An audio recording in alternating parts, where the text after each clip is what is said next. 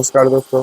आप लोग जो मशीन देख रहे हैं 350 केजी का, देखिए ड्रम सर बांध रहा है, स्टील का बना हुआ है। ऐसे का देख सकते हो कैसे हमारा ड्रम जो तैयार किया जाता है।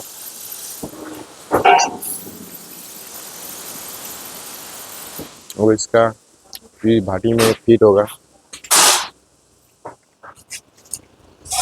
देखिए